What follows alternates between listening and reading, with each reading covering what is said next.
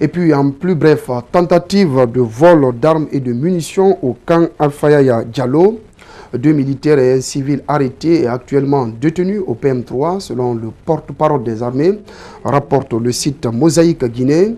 Un groupe de 4 personnes, dont 3 militaires, ont dans la nuit de jeudi à vendredi tenté de voler des armes et munitions au camp Alfaya Diallo avant d'être appréhendés et mis aux arrêts. Pour l'heure, l'identité de ces militaires n'est pas encore dévoilée.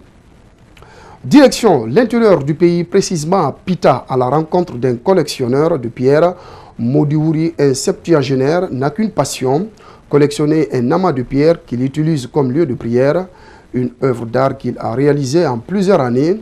Au crépuscule de sa vie, le vieux Mamadououri a construit une route pendant que ses muscles lui obéissaient encore. Il raconte son histoire à Mamadou Sadouba et Djibril Kaba Kamara. À l'entrée de Wendou dans la préfecture de Pita, cet endroit est comme un aimant qui attire. Une œuvre d'art, un espace de prière minutieusement construit. L'auteur de cette œuvre, le voici. Il a 72 ans. Il a abandonné toutes ses activités pour faire ce travail, distinguer les graviers rouges des noirs.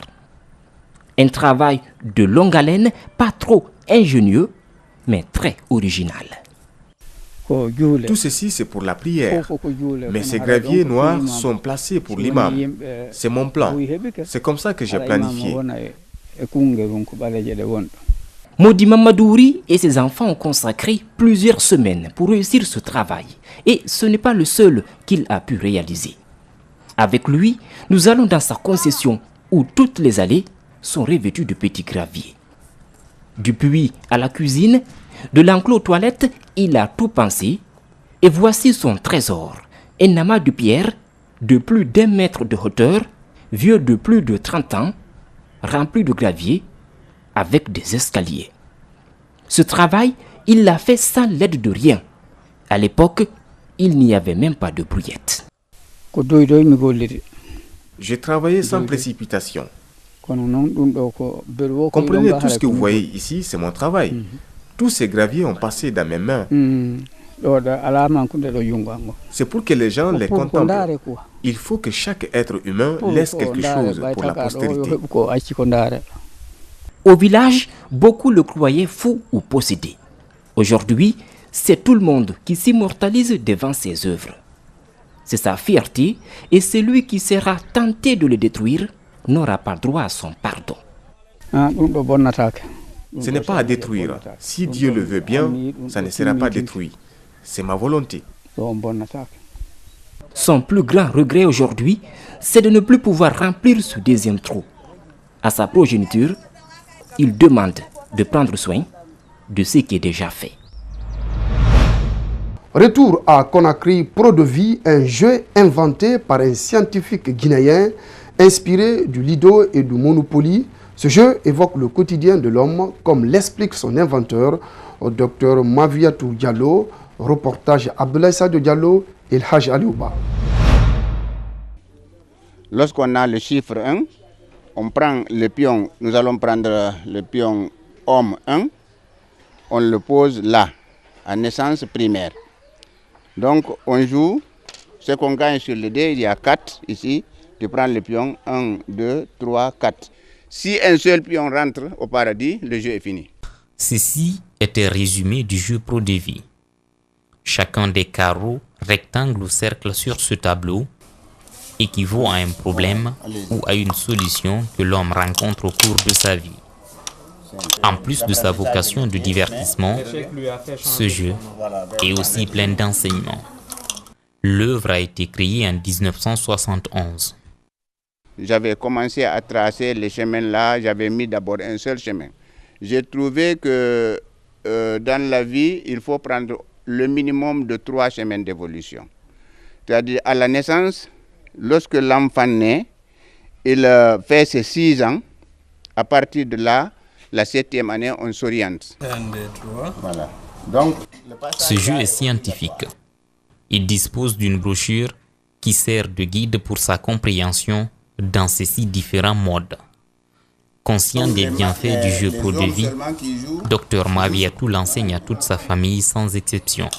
Mais le véritable problème qu'il rencontre est la vulgarisation de l'œuvre. Depuis 1987, j'ai déposé ce jeu au Bureau guinéen de droit d'auteur en Guinée. Depuis lors, il y a eu beaucoup de gens qui ont appris le jeu, mais faute de moyens, je n'ai pas pu multiplier le jeu pour le mettre au marché.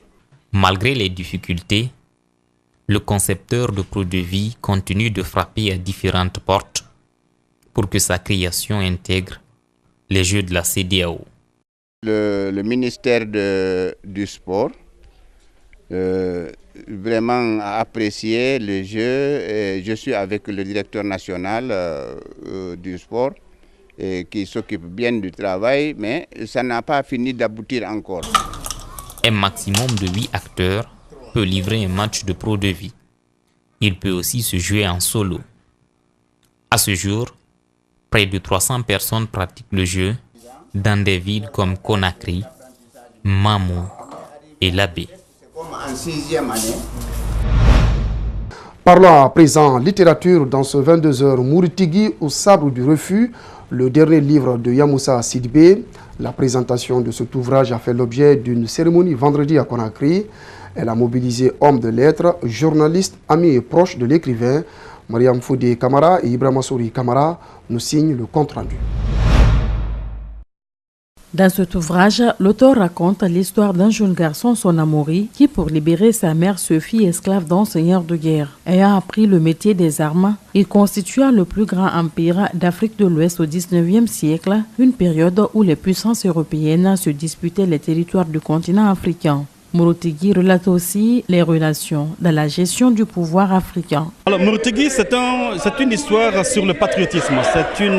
C'est un roman historique qui relate la vie d'un résistant à la pénétration coloniale et voilà, qui a tout donné pour garder l'indépendance de sa nation.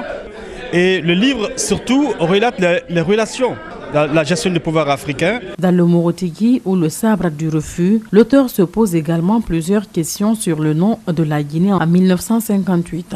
Le livre, quand je l'écrivais, mon intention était de comprendre le sens du nom guinéen. Nous avons dit non à l'étranger, aux colonisateurs le 28 septembre 1958. Mais est-ce que ce geste-là a assouvi toutes nos attentes?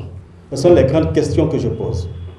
Ce jour du 28 septembre 1958, ceux qui ont dit oui aux colonisateurs, aujourd'hui, les Guinéens, quand ils sont malades, ils vont se soigner dans ces pays. Pour chercher le savoir, ils vont dans ces pays. Là, veulent-ils dire que nous avons eu tort de voter non le 28 septembre 1958? Ce sont des questions qu'on pose. La réalité, c'est que aujourd'hui, la gestion que nous avons faite de notre indépendance ne nous permet pas d'assouvir nos attentes. Yamoussa Sidibé, qui a son 5e livre, a reçu 11 satisfecits pour sa désignation comme auteur du mois et à sa contribution à la Renaissance française en Guinée pour la publication de ses livres.